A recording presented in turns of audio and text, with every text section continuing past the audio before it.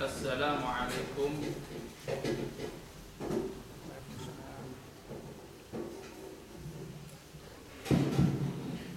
Assalamualaikum warahmatullahi wabarakatuh. Waalaikumsalam. Bapak Ibu al-hadirin hadirat jamaah Masjid Al-Ikhlas yang dimuliakan Allah, melanjutkan kajian sebelum berbuka puasa nomor 9 dari 10 perkara yang menyebabkan matinya haji. Nomor 9 adalah akaltum rizqallah falam tashkurunahu. Engkau semua banyak memakan rezeki Allah tapi tidak pernah mensyukurinya. Banyak mendapatkan rezeki Allah, banyak memperoleh rezeki dari Allah, tapi tidak pernah mau mensyukuri. Apa sih syukur itu? Syukur menurut istilah yang dimaksudkan di sini tidak sekedar as-sana'u bil jamil as-sana'u bil jamil al-ikhtiyari,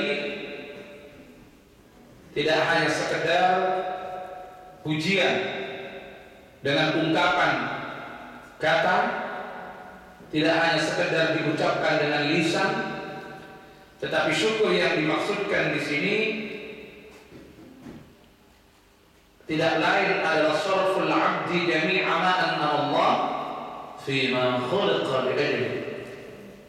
Menggunakannya seorang hamba terhadap semua nikmat yang telah dia terima dari Allah Subhanahu wa taala sesuai dengan tujuan penciptaannya. Jadi kapan kita dianggap bersyukur, kapan kita bisa disebut bersyukur kepada Allah? Kalau kita sudah mampu menggunakan nikmat-nikmat yang diberikan oleh Allah sesuai dengan tujuan penciptaannya. Artinya ada peningkatan ibadah, ada peningkatan taqarrub antara sebelum kita mendapatkan nikmat dengan sesudah kita mendapatkan nikmat. Nikmat yang Allah berikan kepada kita menjadikan kita lebih dekat kepada Allah, lebih meningkat keimanan dan ketakwaannya, lebih saleh amal-amal kita, lebih baik dalam bermuamalah dan bermuamalah dengan orang-orang di sekitar kita. Itu yang disebut dengan syukur. Syukur inilah Bapak Ibu sekalian sebagai kunci mendapatkan kebahagiaan.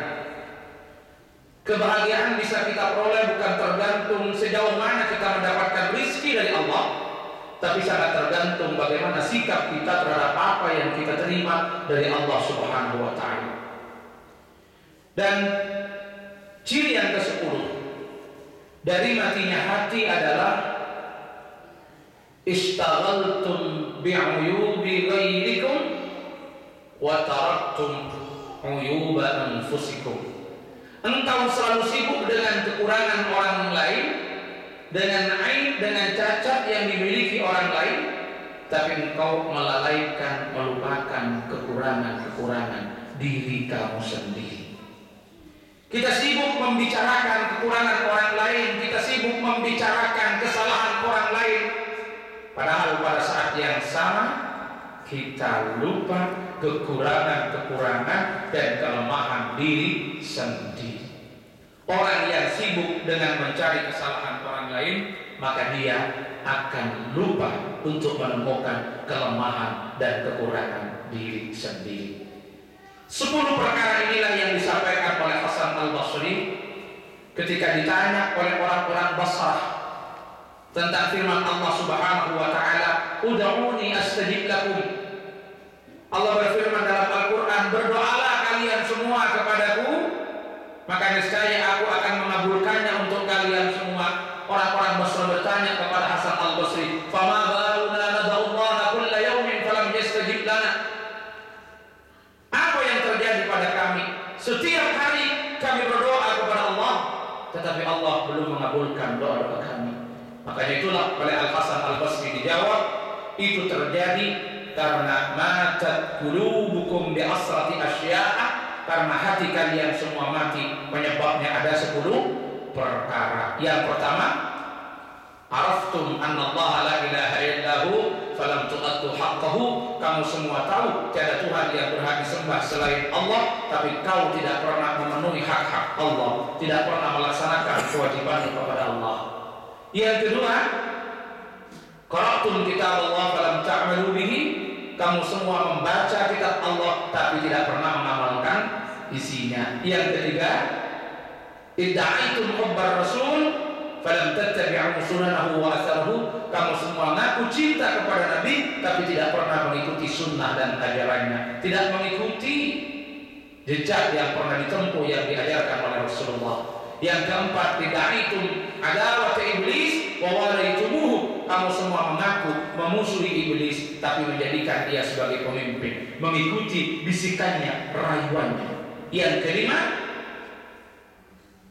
apa? Yang kelima, dafantumul amwata falam ta'tabiru bihim. Kamu semua sering ikut mengantarkan orang mati ke kuburan, mengebumikan orang mati tapi tidak pernah mengambil ibarat. Yang keenam, idda'aitum hubbal jannati falam tatlubuha. Kamu semua mengaku cinta surga, rindu surga tapi tidak pernah mencari, mengamalkan amalan-amalan yang mengantarkan kita ke surga. Hanya di situ kita disuruh banyak berdoa.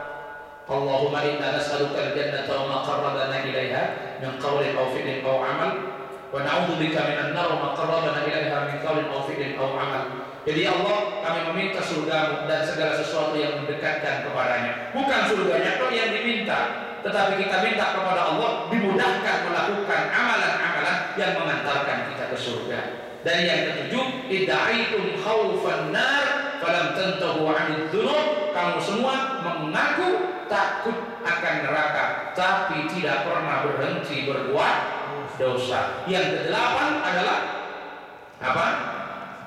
Yang kedelapan, araftum annal mauta haqqun falam tasta'iddu lahu. Kamu semua tahu bahwa kematian itu hak, pasti terjadi, tapi tidak pernah mencari bekal untuk hidup sesudah mati. Yang kesembilan, akaltum rizqallah falam tashkurunahu. Kamu semua memakan rezeki dari Allah tapi tidak pernah mensyukurinya. Dan yang kesepuluh, istaghaltum bi'uyubi ghairikum wa taraktum uyuba anfusikum. Kamu semua selalu sibuk dengan memikirkan kelemahan, celah, kekurangan, dosa orang lain, tapi melalaikan, melupakan kekurangan dan kelemahan diri sendiri. 10 perkara inilah yang menyebabkan matinya hati kita, dan kalau hati kita mati, maka doa kita tidak dikabulkan oleh Allah Subhanahu wa Ta'ala. Ini Bapak Ibu sekalian yang disampaikan oleh Sayyidina Hasan Al-Basri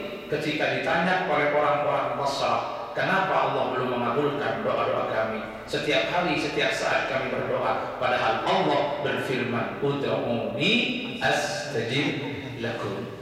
Untuk selanjutnya kami berikan waktu kepada Bapak Ibu sekalian untuk munaqashah, untuk dialog. Barangkali ada hal-hal yang perlu dipertegas, yang perlu dipertajam dari apa-apa yang telah kami sampaikan, atau mungkin persoalan-persoalan lain yang ada kaitannya dengan masalah agama, sambil ketika menunggu waktu datangnya salat Isya tepat pada jam 23:23 nanti.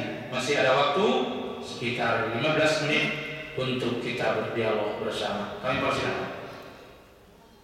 Kepada Bapak beserta Ibu yang akan mengajukan pertanyaan, dipersilakan, masih ada waktu. Silakan dari sana. Ya.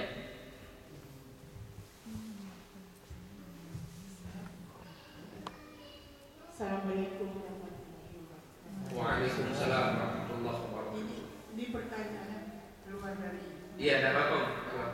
Saya pernah membaca di negara-negara Afrika itu mereka melakukan, atau di negara Arab pasti mereka melakukan hukum syariah yang dirajam ini apa? Dan menurut kita orang awam, saya rasa itu terlalu kejam. Atau memang kita harus menuruti?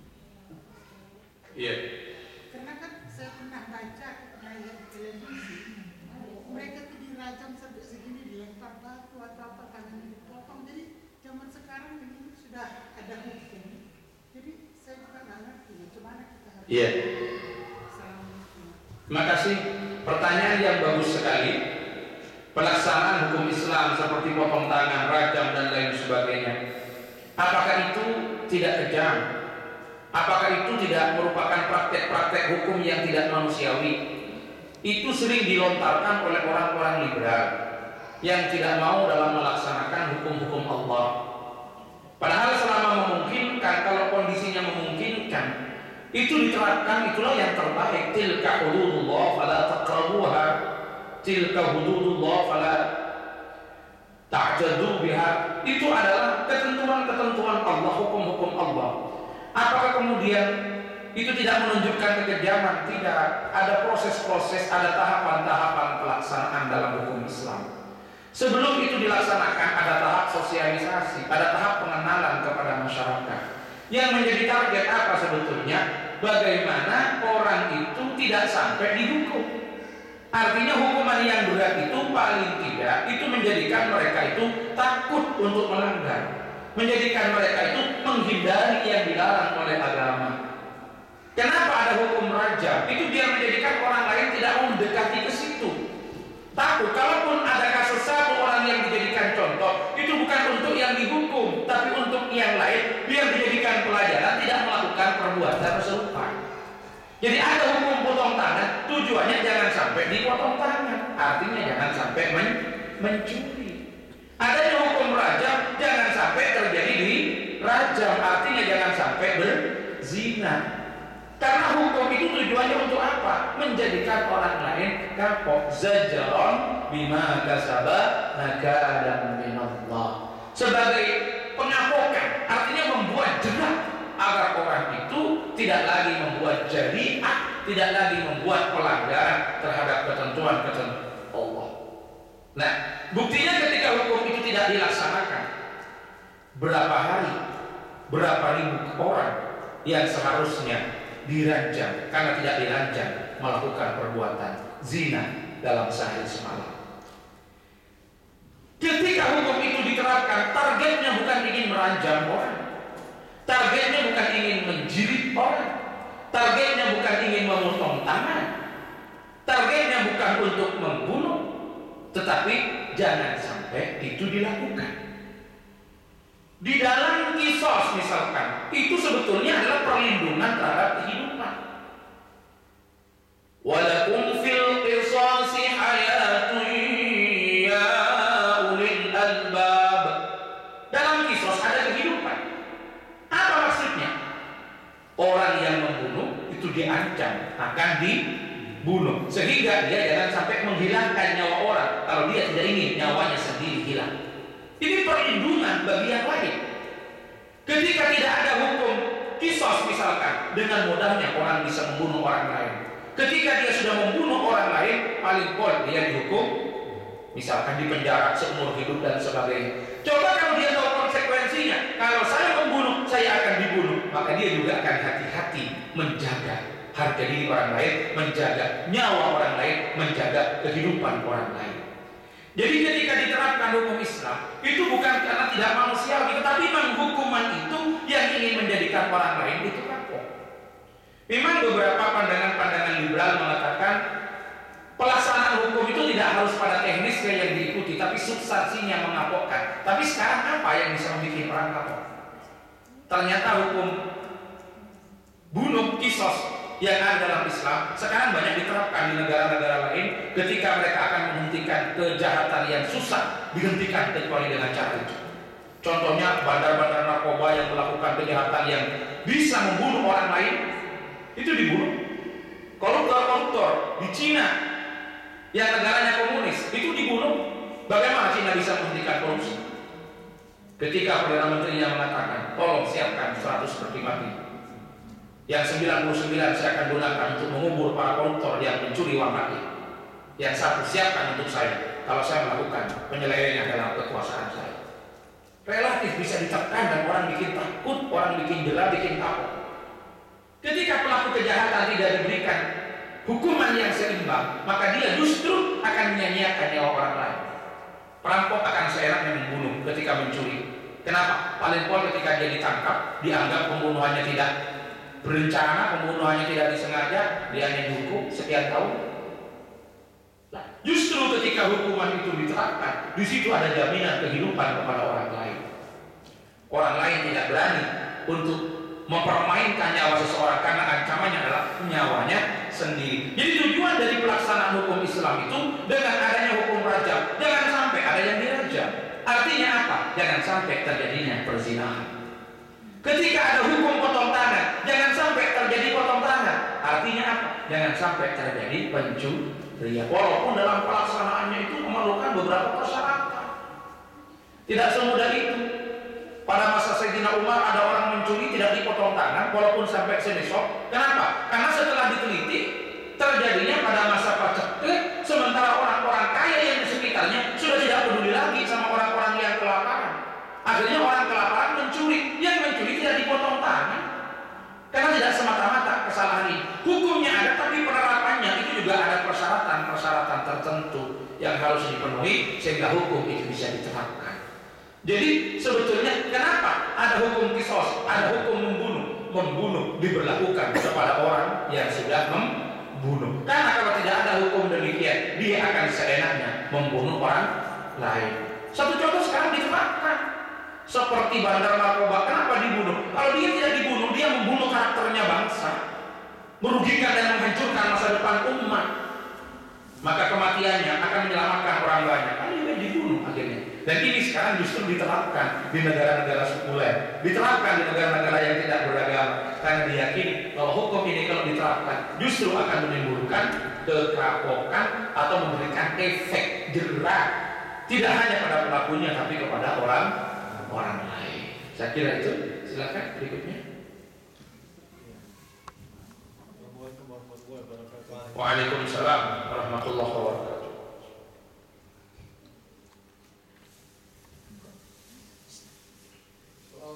Soal takbir tadi ya Ustaz. Iya. Doa sama doa ya. Iya.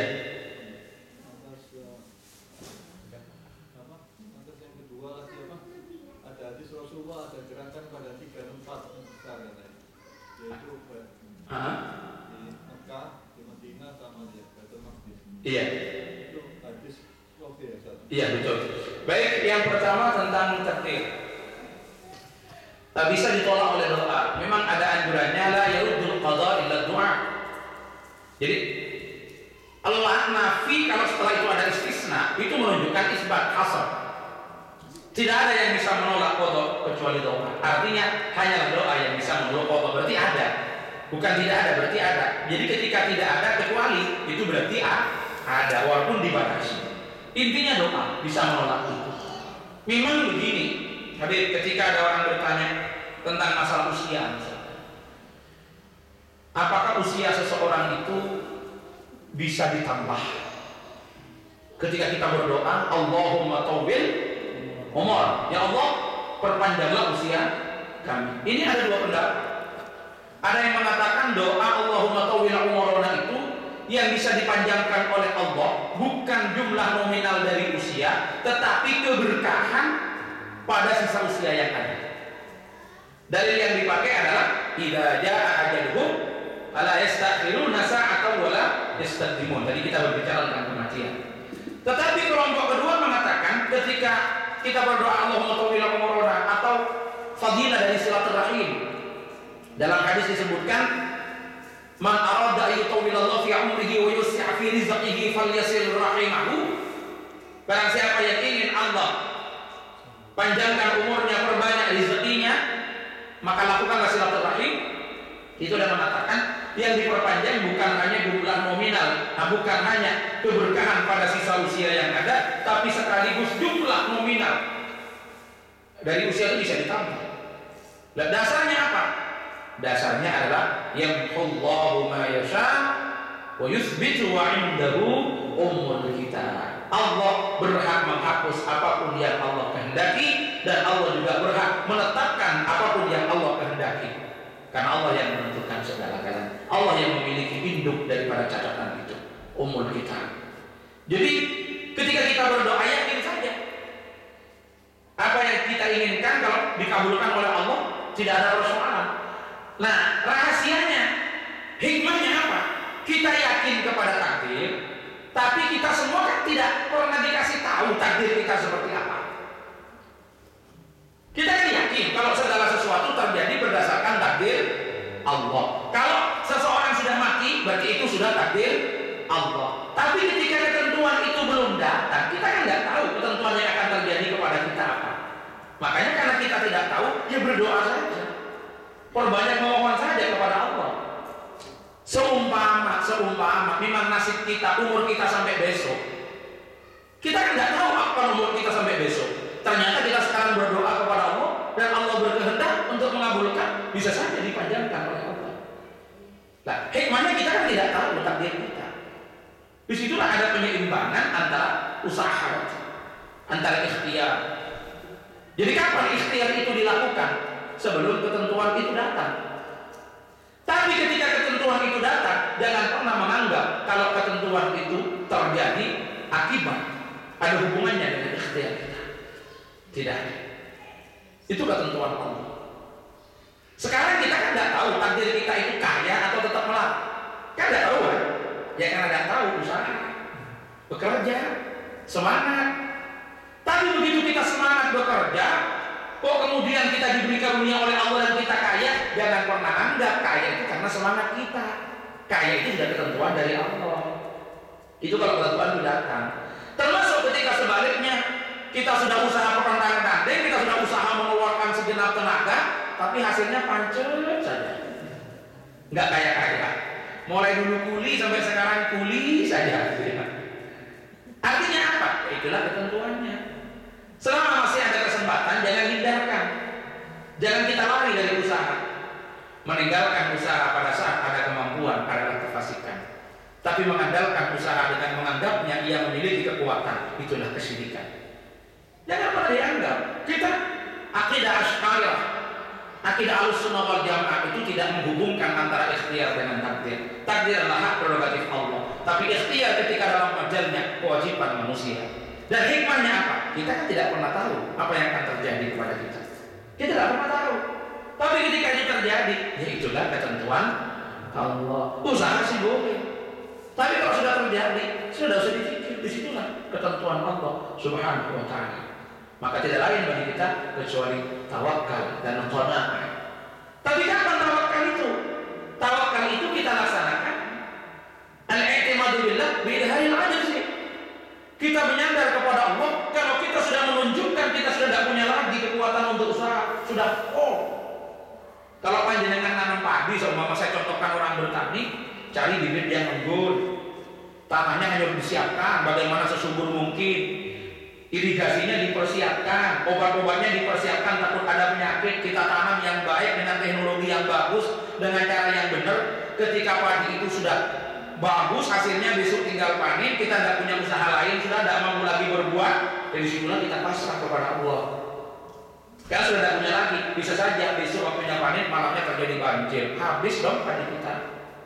Kalau tidak terjadi banjir, kita sudah sempat panen, begitu dijemur, tidak ada matahari, busuk padi kita. Ada matahari tapi waktunya kita jual, terjadi stok berlimpah, jatuh harganya. Itu sudah di luar kemampuan manusia. Ketika usahanya sudah mentok, ya disitulah manusia hanya pasrah kepada Allah. Di situ ada penyeimbangan. Nanti akan ada kajian antara ikhtiar, tawakal dengan takdir. Insyaallah ada tema di sini sudah saya sampaikan. Nanti kita pakai PowerPoint kapan waktu weekend mungkin antara Jumat, Sabtu, Ahad kita manfaatkan pakai kajian itu. Kemudian yang kedua, ini ada waktu 1 menit, itu hadis sahih la tusaddur rihal illa salasati masajid. Jadi perjalanan itu jangan dipaksakan untuk diupayakan kecuali ketiga masjid. Yang pertama Masjidil Haram, yang kedua Masjid Nabawi, yang ketiga Masjidil Aqsa. Memang itu yang dianjurkan kita untuk datang ke sana, mengerahkan segenap kemampuan kita agar kita bisa datang ke sana. Selain itu jangan dipaksakan. Orang Indonesia jangan maksa-maksa mau datang ke Belanda kalau bukan untuk bekerja. Tidak dianjurkan untuk datang ke Eropa, itu tidak dianjurkan. Maksudnya maksa-maksa itu tidak dianjurkan. Kalau panjenengan punya uang banyak, datang ke sini keliling, ikhtilah, liayatillah, untuk melihat tanda-tanda kekuasaan Allah, silahkan. Tapi jangan dipaksakan. Kecuali man sampai ke sini kan untuk bekerja. Setelah ada di sini, jangan maksa-maksa mau ke Amerika. Yang boleh dipaksa itu, yang diusahakan itu hanya 3 tempat. Kemana? Masjidil Haram, Masjid Nabawi. Disitulah kita haji Mekah Madinah sama ziarah, kita umrah sekaligus ziarah, dan ke Masjidil Aqsa. Jadi ketiga, la tusaddur rihal illa ila salasatin masajid. Itu hadis sahih, dan bisa diupayakan, bisa diikhtiarkan.